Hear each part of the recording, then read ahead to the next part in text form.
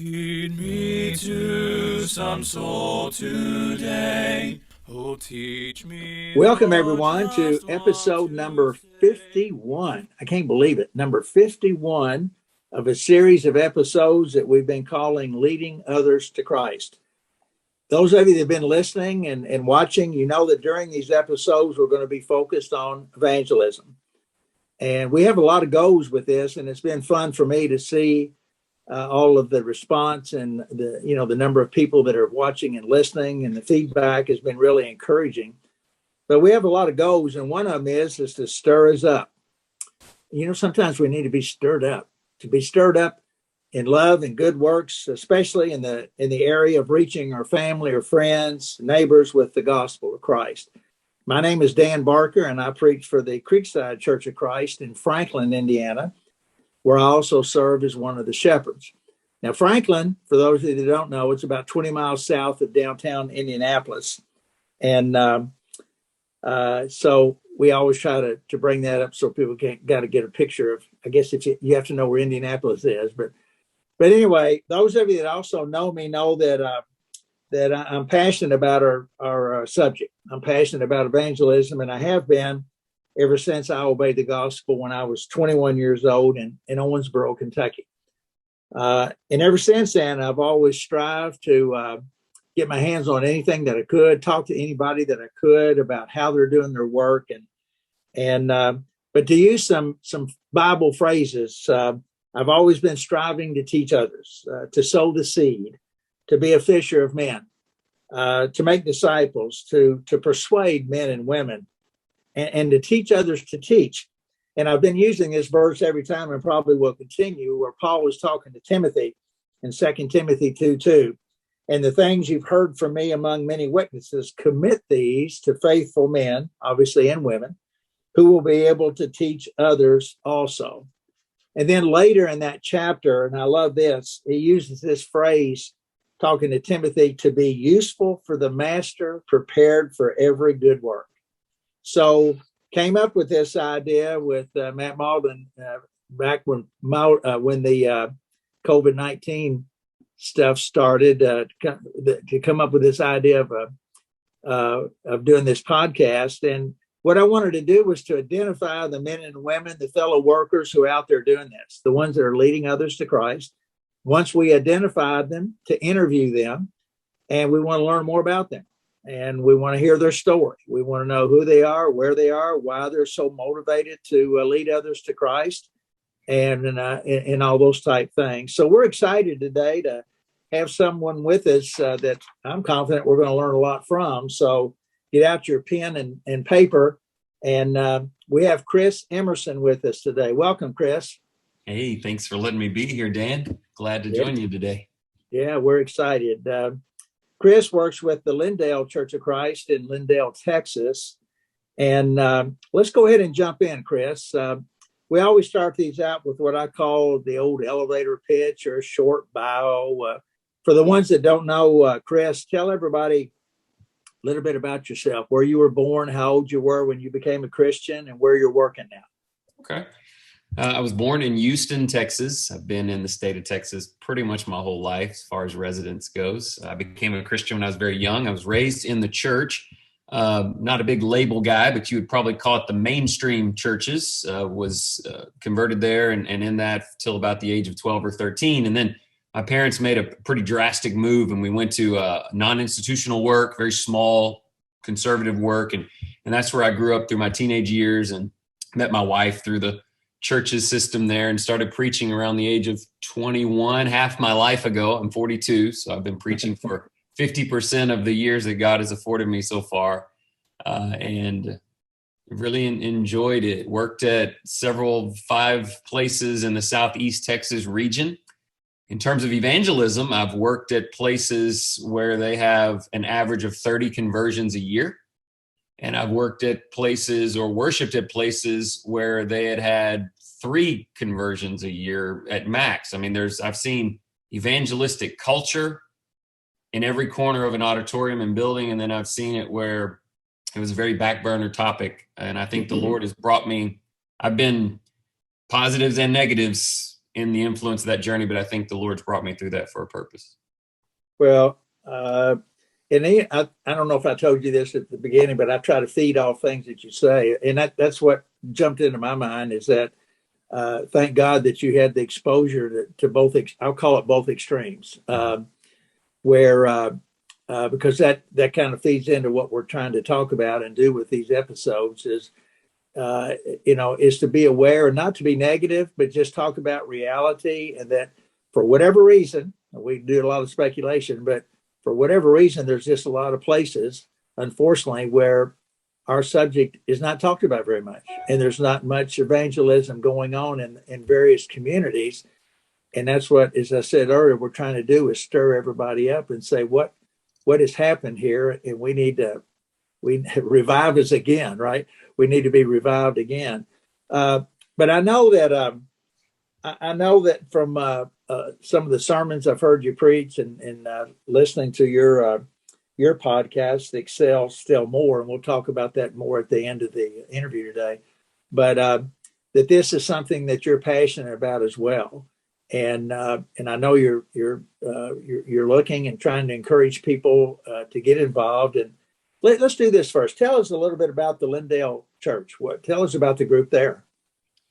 Yeah, it's been great. I've been here for 6 years, almost on the nose. And when I moved here, it was a good church, great preaching. Wayne Fancher was a fellow who'd been here 16 years, doing a lot of work. When I came here, they had a lot of good things going, but they all agreed that more of a culture for the community would be good. More of an open door idea where people come in. I've got a good friend, Wesley Pollard, a shepherd and evangelist, who talks about fish jumping in the boat. Yeah. We needed to become a bit more of a group that welcomed fish to jump into the boat, and we're glad that they were there. And they've had that in the past, but we put a lot of emphasis on that in the last 6 years. And preacher-centric evangelism leads to short-term gains and preacher burnout. Unprecedented number of young men getting out of the ministry full-time. And when you dig in, you find that things like evangelism don't become the culture of the church. They just become the focus of that preacher and the few people that he can rally up. Doesn't work, won't work long term, it hasn't worked.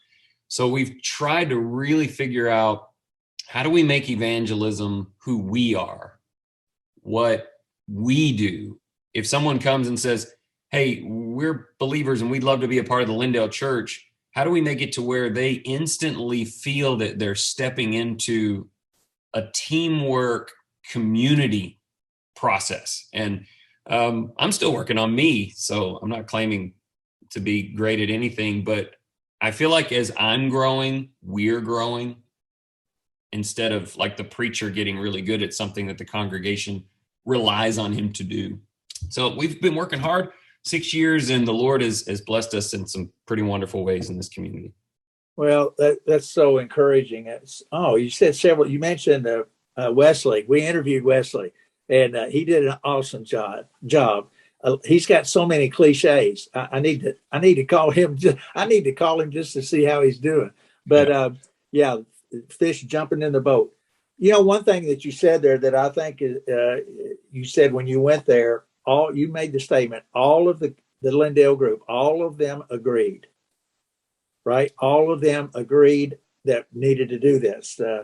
And what a powerful thought, because that's the problem, as you suggested there in a lot of places, is that I've seen places where elders are not interested, preachers are not interested. And then where, like you said, maybe it's just the preacher that's interested, and it's just an extremely frustrating effort. And like you say, some will just throw up their hands, unfortunately, and go into secular work and even quit preaching. But I have learned that in some cases the hard way. I've had people get upset with me and talking about evangelism, and it's something that they're just not interested in doing. But I think it's so powerful there that, and you mentioned the culture, the DNA, or who we are, what we do. If my wife and I came to visit there, we would probably, what would we sense? Would the group be friendly when we walked in?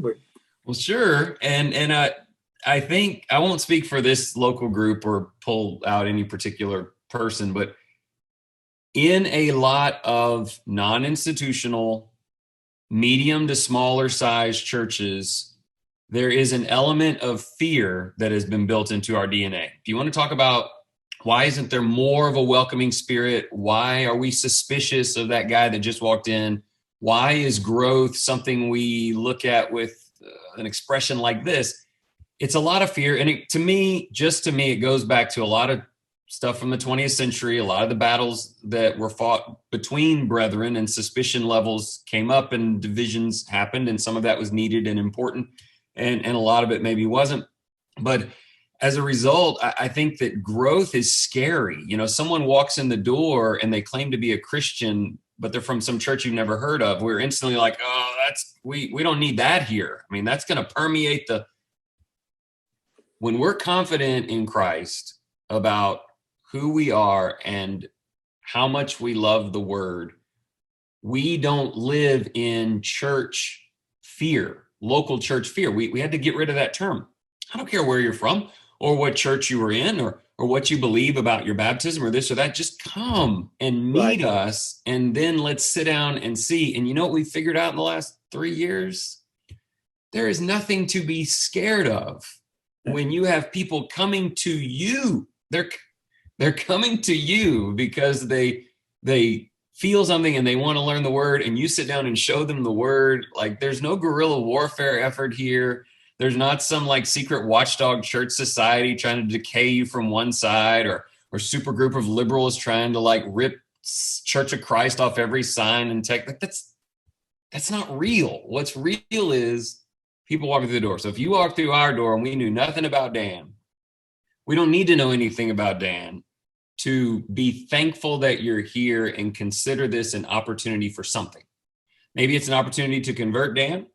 Maybe it's an opportunity to welcome an established brother and bring his wisdom to the table, because we always have to be changing and growing. Maybe it's something else, but whatever it is, we're thankful that it's happening, and we're not letting fear. Look, there are churches in Texas that are very proud of the fact that they have fewer than 100 people, because things get really scary and hard to control and strange when you get to, no, can't have that. And part of it is making sure we don't ever fall into that kind of thinking. Well, again, so many things you said there. And I don't think you're right. I know you're right. Is that fear factor of to look at somebody. And I've walked into places before where they turn around and people will look at you and give you, it's almost like the look. It's like, who are you? And not smile or anything. And I've talked to people before where they visited congregations and nobody would even say anything to them. And I know we're kind of touching on extremes here, but I think you're right. And I don't know if I've heard anybody say it exactly the way you did. I've heard, talking about the fear factor of, well, I'm afraid to go talk to my brother or my neighbor because I'm afraid of what he might say, or I'm afraid I won't know how to answer her questions. But when you talk about fear of even a stranger walking into services, that's a whole other conversation in itself. But you're right. I want you to touch on I listened to one of your sermons. You did a really good job. And I hope I wrote down the name, Rebuilding the Broken Wall, where you were talking about Nehemiah and Nehemiah's story of rebuilding the Jerusalem wall and the all of the opposition and all of the stuff that he went through. And you were comparing it to the challenges of rebuilding the wall, if you will, or the work of the church in evangelism. Would you share with us just a little bit of that lesson? Sure. I love that study. Nehemiah is so rich. We asked the question at the end, are you a 90 or a 52? It's one of my favorite questions. You can ask an individual that question. You can ask an eldership that question. Which is it? Of course, people say, well, what do you mean 90 or 52? Sounds like 90 would be better. It's a bigger number. Well, when you look at the story of Nehemiah, he found out that the city of Jerusalem, that they had gone back from captivity and they left the walls unrepaired, in disrepair for 90 years. 90 years. They walked over broken walls because the community around them liked that. They liked the fact that they weren't fortified. And the Jews liked the fact that nobody was mad at them. And so they kind of did their thing for 90 years. And Nehemiah shows up and says, this is not why God brought us back. God could have wiped us out, but he brought us back because he wants us to be his holy nation and he wants us to fortify our walls. So in chapter 6, we learned that what the culture of the Jews refused to do in 90 years, Nehemiah got people to acknowledge their mistakes. That's really big. Identify what needs to change and do it together. Okay, we got to decide, hey, you know what? This is not where we need to be. This is where we need to be. And we're going to do it together. And we don't care what anybody else thinks. 4 things. What they couldn't do in 90 years, they did in 52 days, less than 2 months. And I tell this to, I don't care what your issue is. I'll tell it to you. It could be your whole life of it not happening. If you will identify and confess the weakness and what you need to do and get help doing it and don't care what anybody thinks, you can turn your whole life around in less than 2 months and build new habits in the whole thing. So I speak in terms today of evangelism and a local church. You might be listening to this thinking, that's just not our church. You know, we don't get a lot of visitors. And when we do, we wonder about them and we don't have anything put in place. 52 days or 90 years, you choose. But the difference was kind of, everything in terms of those people. No, that's so good. What you did a great job there summarizing that lesson. But now that and I love questions, and of course Jesus, the master teacher, he was famous for the questions that he would ask. And but I love that. Are you a 90 or a 52?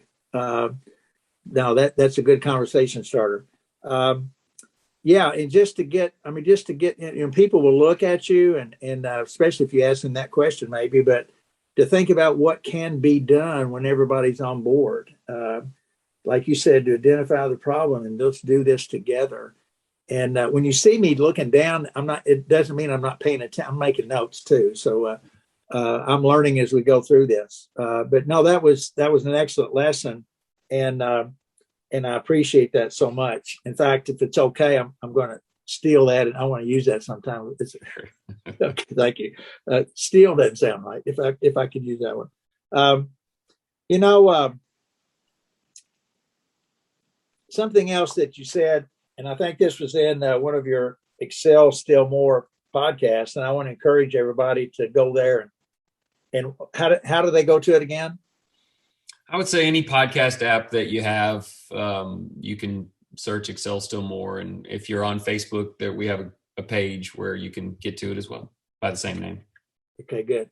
But one of the episodes there, and I forgot to write down which one it was, but you were telling the story about, you'll know where I'm going as soon as I touch on it, but I think it was a day-long workshop or a day-long meeting that a group, or that you had someplace, and there were 50 or 55 men there to be talking about evangelism.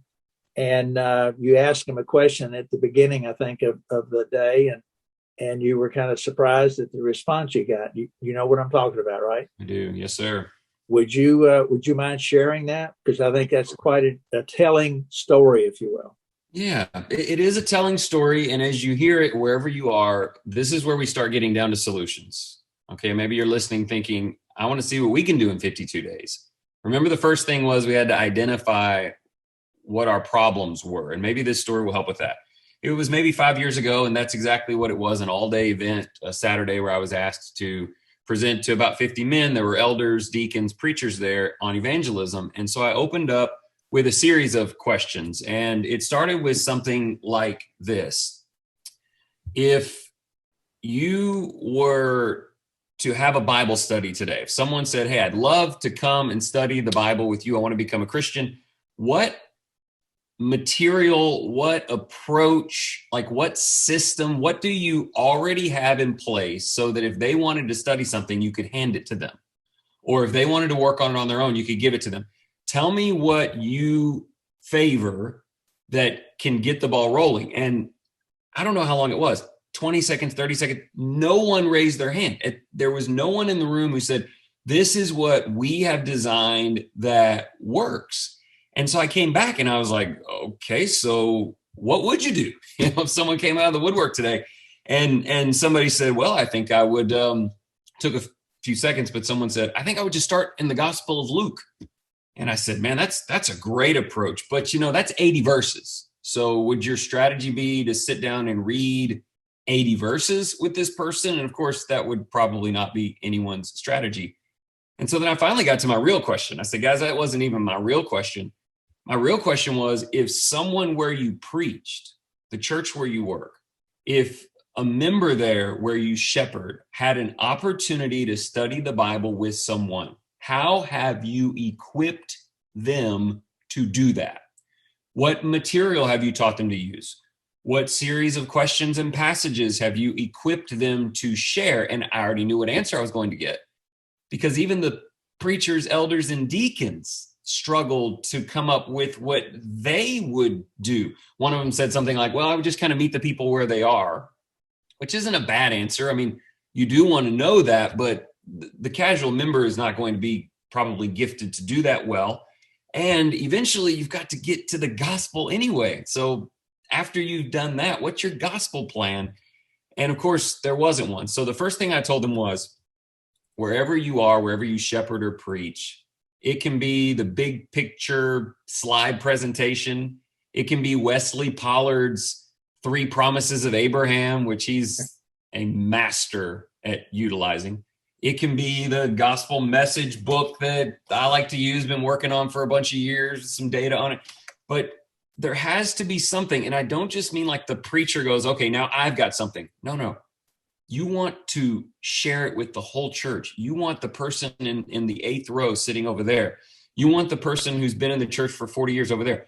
Everyone needs to be familiar with this approach. Now, somebody says, well, maybe I don't like that approach. Well, then do 2 or 3 of them. But Sure. It'd be better. When I first taught this book here, I also taught the big picture slide presentation. And I made that available to every single person and put it on our website. I also printed out Wesley Pollard's 3 Promises, and I taught that, and I made that available. I don't care which you choose, because it's all the gospel. You may even choose to just go through the gospel, but have a system you are familiar with. Luther Bolenbacher, preacher in Texas, says the 7-word question, the scariest question you ever ask somebody, and you know it, Dan, will you study the Bible with me? Because you might get that terrifying, unexpected response. Yes. Now what? We need our members to know, now what? So we keep these printed up. We keep New American Standard Bibles right next to it. We hand them out.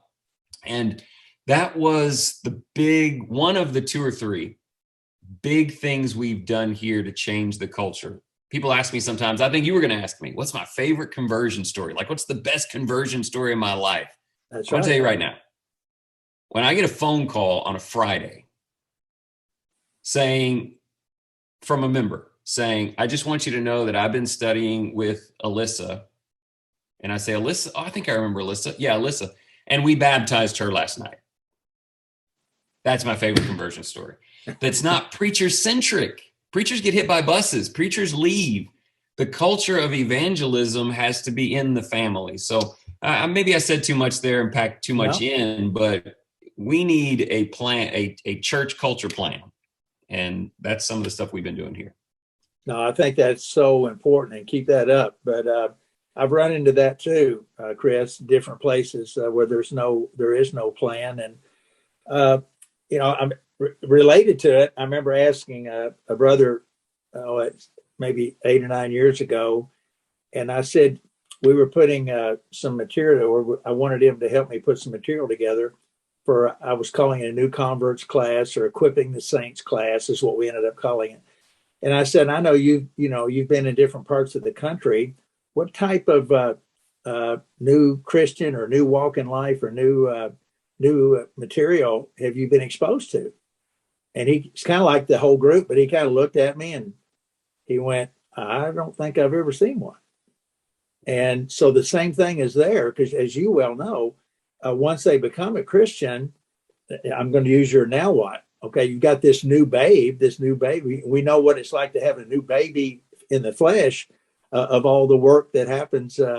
There's work before, there's work after, but anyway, and I've found that to be the case because in a lot of places, the majority of the conversions are the members of the Christians, and they're already in a class. So if they obey the gospel, they just stay in the class that they're in, and so I've found that to be true too. And so we work real hard on that, of working with congregations and now what? What do we do with this new Christian? But now I think it's like to me, an awareness type thing. And you've been, of course, I'm a lot older than you are, but when you start looking and seeing what's going on, it almost makes your head hurt from the standpoint of where do you start, in certain situations. Yeah. Maybe like, I can't imagine what Nehemiah was thinking when he looked at the mess there, when he went back and looked at that wall. But yeah, like you say, identify the problems, and now what? How are we going to do this? Yeah, and Dan, Nehemiah didn't start putting bricks on the wall. He couldn't do it by himself. And That's right. I would even talk about new converts. I don't do a whole lot of new convert studies here unless it's somebody who who I have a personal connection with. I try to help equip this church to do new convert studies. I know that today's meeting is not about preachers and burnout and what's happening in our country with men, but I am increasingly convinced that the pastor system in autonomous churches of Christ are going to do us in if we don't fix it.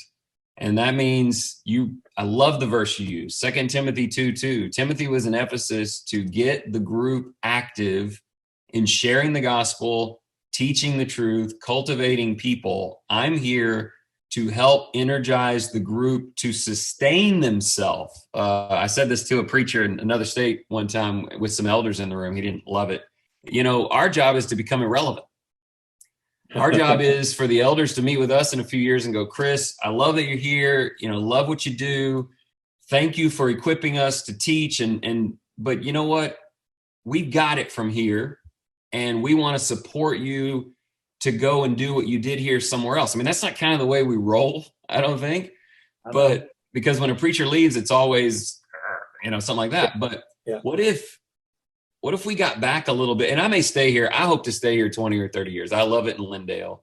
But I would love to be able for the elders to say, we've got men who teach here. We've got men who evangelize here, and women. We've got new converts. We would love to be able to tell you, why don't, take as much time as you need to go help some churches develop a culture. Yeah. Because this church is doing this work together. So if you're in a church with 50 people somewhere in a rural Kansas or something, and you're thinking, how do we get there? You got to meet. Everyone's got to meet. Whole church. Sit down. Maybe somebody's living room and go, okay, how do we do this? Maybe you're thinking, boy, if we could just hire the right preacher. Well, he can help, but his whole job is to get you engaged in the work. So what if you could even start that before he got there?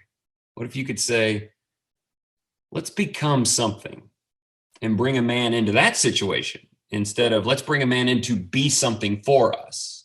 Right. And it's just a big difference. No, it's a huge difference. And again, I appreciate so much you doing this today of just trying to, Matt told me that looking at analytics, this was a few weeks ago, but over 5,000 people had listened to the podcast here. And I'm getting friend requests from literally all over the world. And some of these people, I don't know who they are, from India, the Philippines, but I think a lot of it is different ones I've interviewed. They've shared it with their contacts, and they've been overseas and different type things. So it's really exciting. But there's just so much here to talk about. And you know what? Matt's already held up we got 5 minutes left. Can you believe it? That went fast. I know it goes fast. All right. I know you did the conversion story on what you like, but I want to, let's zone in on somebody that you did teach and somebody that did obey the gospel. Who is there one that you'd like to share with? Anybody that comes to mind? That you don't have to name a name, but it's maybe a circumstance. Well, there's just some great ones. People who are sick, people who were hopeless. There's just all of that. When you talk about like a piece of material, though, and it could be anything. And I'm not selling this or anything. I'm just saying this is what we like to use. What I love about it is I've given that out and said, I'd love to meet you next Tuesday to study lesson 1. And what's really interesting is what next Tuesday looks like. Right. Sometimes they cancel. It doesn't work out well. Sometimes they show up and they didn't bring their material. But I remember one guy from Baytown who showed up to the building the next Tuesday. I love this guy. His name is Ken. He's great. He shows up to the building. He's got the book completely filled out, all 12 pages, and he's already wearing swimming trunks. And that's what I tell them. When you give somebody what they need to study, you go, hey, go home and study this. Like, you go home and read and see what God said. You can get anything from a full out cancellation to somebody showing up with a towel and like flower red swimming trunks ready to go to the water. Like, the gospel can do that. So I always remember Ken, because you know what? He had a couple days to study that book and he found what he'd been looking for his whole life. And I didn't have to. People say, well, you need the preacher to do evangelism because he's got to say things the right way and word it this way and handle these challenges. Go read Acts 2. Yes. Okay. This is as simple as it gets. Jesus is Lord in Christ and he can change your life. So I love, Ken stands out to me, but really just a lot of stories like that where people. Yeah. Well, Lord willing, I'll get to meet you one day in person, and I'd like to meet Ken. That's a good story. One of the things that we always end our episodes with, I call it the one thing. And there's more than one thing, but you've touched on several things today. But somebody's listening to this and they get excited and they realize, they've let the fire go out in their life. They used to do it now, and then, okay, I've got to get going again. I've got to start doing this again. And what would you say would be one thing that somebody needs to learn how to do to lead others to Christ? What a great question. I'm going to go with the trigger that you gave me when you first introduced it. You said they feel like their light's gone out a little bit. I'm working on a lesson for Lindo here on Sunday about being a light in the world and walking as light. But listen, you cannot shine if God is not shining upon you. You can't be warmth. You can't be illumination. You can't make a difference unless God is the warmth of your life, unless the sun coming up every morning is the most breathtaking moment of the day, and unless you are confident in your next step, not because of your wisdom, but because you believe that God's light shines on you. Listen to me. You've done so many things where God should have removed his light from you. Long ago, he should have left you in darkness to freeze to death, or he should have taken that light and incinerated you with it. He didn't. The sun comes up in the morning. The gospel shows the way, the love of God. We need Christians to feel that, to be completely overwhelmed by it. And now you have something to share. For a long time, I think in the church, and I'm not speaking of everyone, but for a long time, being a member of the Church of Christ is just where you go and what you are, and you're the one going to heaven and all this. And so, occasionally you throw a bone to a lost person. That's not who we are. We're people walking in the illumination of the sun, the great sun, and spend some time connecting with him and understanding your unworthiness and his grace. And then look at a family member or a friend or a neighbor who's struggling and think, Ephesians 5, if the light of Jesus shone in their life, everything would change in a moment. Then you go shine the light on the darkness. You're not a police officer holding a high beam in their eyeball. You're going to them saying, Christ wants to shine in your life. And let me tell you, it's the only thing that keeps me going. Evangelism is not technical in its basic form. It's emotional. And I would just ask people to connect to the Lord in that way, and then you won't be able to stop yourself from sharing that message. Oh, wish I was in the area. I'd come Sunday. That's going to be good. But and I like the way you did that. Listen to me. Listen to me. All right, that's good. Hey, this has been so good. I really do. I appreciate the time. Now, if one other thing, if somebody wanted to reach out to you, is there good contact information where they could reach out? Sure, I would love that. If you're social media active, I have a Facebook page by my name, and you can message me at any time. The Excel Still More page, you can message there. We have a daily Bible reading page a group called Excel Still More, a chapter a day. You can come join in that, message there. Also, my email is emersonk78@me.com. Send anytime. Would love a chance to talk and share.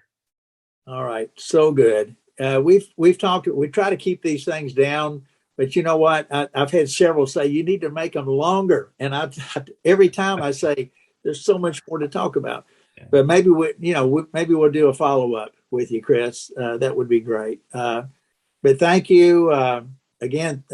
Tell Summer we said hi, and keep up your good work there, and we'll stay in touch with you. Okay. Thank you, Dan. You as well. I appreciate you very much on what you're doing. Thank you. Okay. Thanks, brother. Talk to you soon. Bye-bye. Melt my heart and fill my life. Give me one soul today.